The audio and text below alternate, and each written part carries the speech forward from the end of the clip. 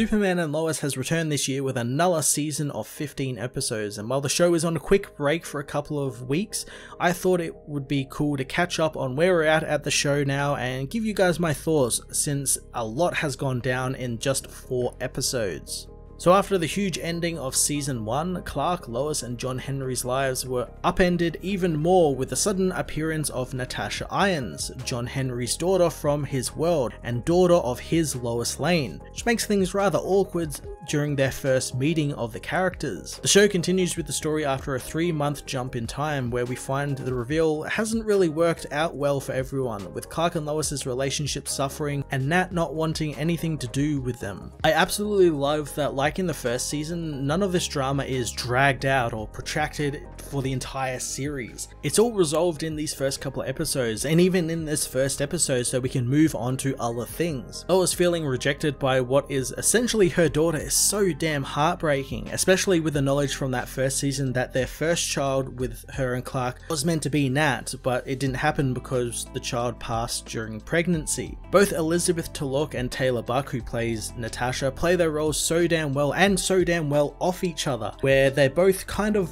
mother-daughter, but they're also not. It's this really kind of strange place, but they make it work, and I just love their interactions they have after that first initial meeting. John and Jordan, meanwhile, adapt to having a multiversal sister quite well, and really they have their own problems to deal with throughout these couple of episodes. Being John is dealing with a doping fellow footballer and a girlfriend who might be the one dealing the drugs to this guy. Again, I always thought that the Candace character was a little bit of bad news for John, but I like that they're taking it in a way that adds a conflict not just between Jordan and his father, because no doubt once his father finds out about this there's going to be some words had, but also between John and Jordan, because obviously Jordan is the one with the powers whereas John doesn't have powers seemingly, so he's kind of got that jealousy happening. Even though you don't really see it, there is there, and I'm intrigued to see what they're going to do with that story. Jordan meanwhile is dealing with girl troubles as well, being that Sarah returns home from working at a camp and is rather distant from him, albeit he is being rather overbearing, but for him it makes sense. Him and Sarah were like the one thing to go right for him in his life, and the one thing he actually really cared about, and he doesn't want to lose that, so he's kind of being a little bit desperate. And I love how real the relationship on this show feels. That feels like something that actually would happen in real life, and I've seen happen in real life to people. It doesn't feel like your usual CW teen romance stuff, and there's some depth to it, and it feels like it was written by people who have gone through this before. Clark meanwhile has a new American general who has taken Sam Lane's place to deal with, and one who wants Superman to kind of fall in line with his mandates that Superman serves America and America only, something that Superman makes very clear is not his intentions at all. He's the least of Superman's problems though, as there is something within the minds of Smallville that is messing with Clark's head and showing him visions, and surprise surprise, we learn that it's not Doomsday, which the show perfectly uses as a red herring throughout these first 4 episodes, and we actually find out in the last 2 episodes that it's actually Bizarro, who for whatever reason was either imprisoned under the Smallville mine or somehow ended up there, something which we'll no doubt learn about more as the show goes on. His reveal was so satisfying, and with the Doomsday swerve it was even better, since they set up the Doomsday swerve really damn well, even adapting him punching through the steel and rock to free himself like he did in the comics, and he had like a containment suit on, so they left it until the last minute to reveal that it was actually Bizarro in that suit. There was a lot of weight on Clark this season, not just from the Bizarro and the government stuff, but also with his family and trying to keep them all together and safe. Tyler Hoechlin continues to bring that amazing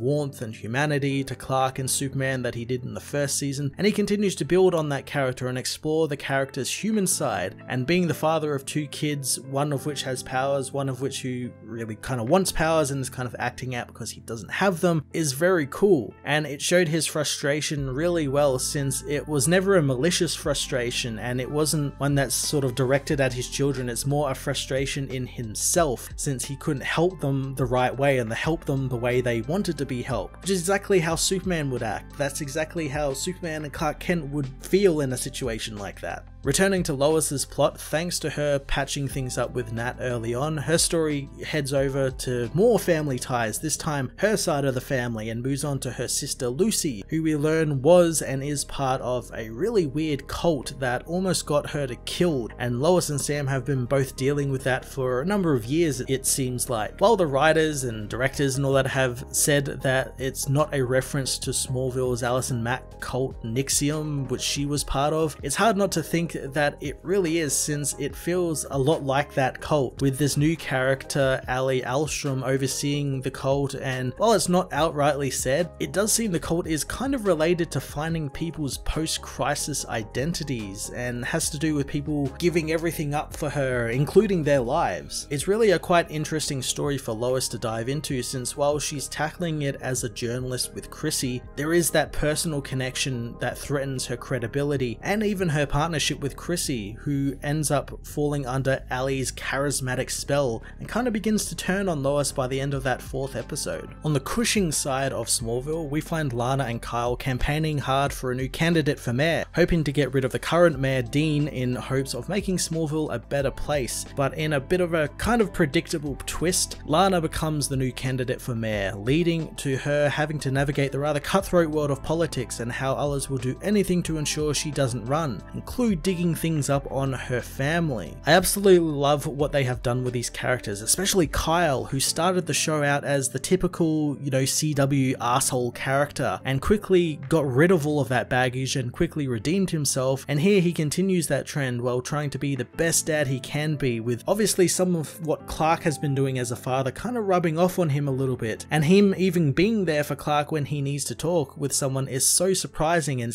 completely different character than what we saw at the beginning of season 1. Lana's move to politics also is much welcome, being that she didn't really have much to do in that first season besides find out a little bit of key information here and there, so hopefully this will be a bit more of a meaty role for her and a bit more focused arc this season. These first 4 episodes of Superman and Lois crammed so much plot into their runtimes, yet never felt overstuffed, and I never got the feeling that no plot suffered from having less screen time than another. Pair that with some fantastic visuals, action sequences, and just cool Superman moments, and it makes for a wonderful first quarter to season 2. I am going to give these first 4 episodes a 10 out of 10.